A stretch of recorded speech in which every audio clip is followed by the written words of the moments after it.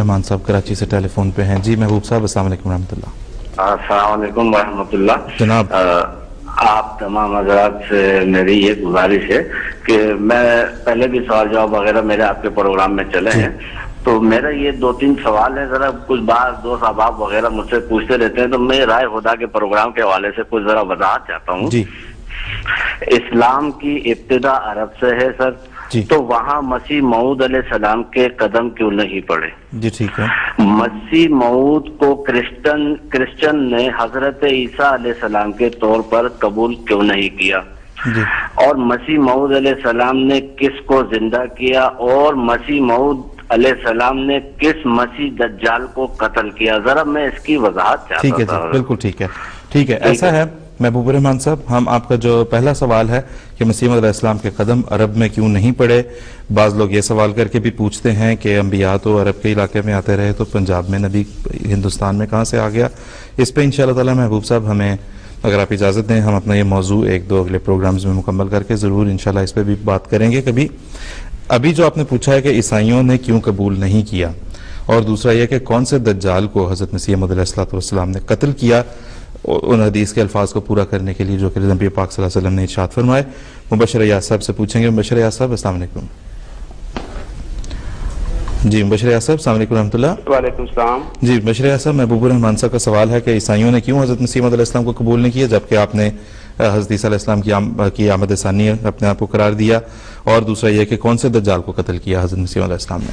वो मैं खुलासतन तो अर्ज कर देता हूँ, वगरना ये सारा प्रोग्राम जो है पिछला गुज़श्ता हफ्ते का और इस हफ्ते का भी और नेक्स्ट भी, जैसा कि आपने फरमाया यहाँ ऐलान किया अभी, ये तीनों प्रोग्राम हैं ही इस बात के कि हजरत मसीह अलैहिस्सलाम ने कौन सा दज्जाल कत्ल किया और कौन सी सलीब तोड़ी जो है। लेकिन इससे पहले जो ये है कि ईसाइयों ने क्यों कबूल नहीं किया, बात तो ये है कि जब कोई एक नबी आता है तो कुरान करीम तो कहता है कि एक यूनुस अलैहिस्सलाम की कौम ही थी जो सारी की सारी ईमान ले आई। बाकी तो किसी 1,24,000 नबी हैं, किसी नबी के ऊपर भी सारे के सारे तो फौरन ईमान नहीं ले आते। कल को ये तो मुसलमान है अल्लाह के फजल से, जैसा कि नाम से मुझे ये तासुर मिलता है, कल को कोई ईसाई उठ के अगर ये इतराज कर दे कि जनाब रसूल करीम सल्लल्लाहु अलैहि वसल्लम सारी दुनिया के लिए आए हुए थे, 1500 साल हो गए हैं, तो कितने लोग उनके ऊपर ईमान ले आए? अभी भी तो भारी तादाद ईसाई और दूसरे मज़ाहब इख्तियार कर रही है। इसलिए सारे ईसाई तो कभी भी नहीं हो सकता कि वो ईमान ले आए। हाँ, सैकड़ों हजारों ईसाई जो हैं वो अपने उन मुशरकाना अकायद से तौबा करके उन्होंने अहमदियत कबूल की। अफ्रीका में हमारी जमात की मसाई हैं, यूरोप में सैकड़ों ईसाई जो हैं वो हुए। हजरत मसीह के हाथ पर, दस्ते मुबारक पर सैकड़ों ईसाई थे जो ईसाई मजहब इख्तियार कर चुके थे, वो दोबारा उन्होंने इस्लाम कबूल किया, अहमदियत कबूल की। इसलिए ये तो नहीं हम कह सकते कोई ईसाई वापस आए ही नहीं, हजारों की तादाद में वापस आए थे वो। बिल्कुल ठीक है। मुबश्शिर अय्याज साहब, जज़ाकल्लाह, इस मुख्तसर वक्त में एक जामे जवाब आपने दिया है महबूब रहमान साहब को।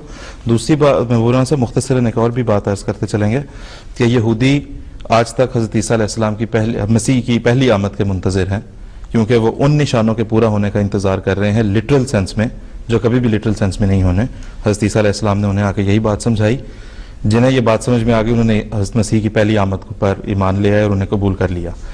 इस दौर में भी मसीह अलैहिस्सलाम, हज़रत मसीह मऊद के जिन अलामात का और निशानियों का लिटरल सेंस में, फिजिकल सेंस में पूरा होने का इंतज़ार किया जा रहा है, वो चाहे ईसाई हो या मुसलमान हो, जब तक वो उनका उसी तरह से बयाने ही फिजिकली उनके पूरे होने का इंतज़ार करता रहेगा, वो उस वक्त तक इंतज़ार ही में बैठा रहेगा।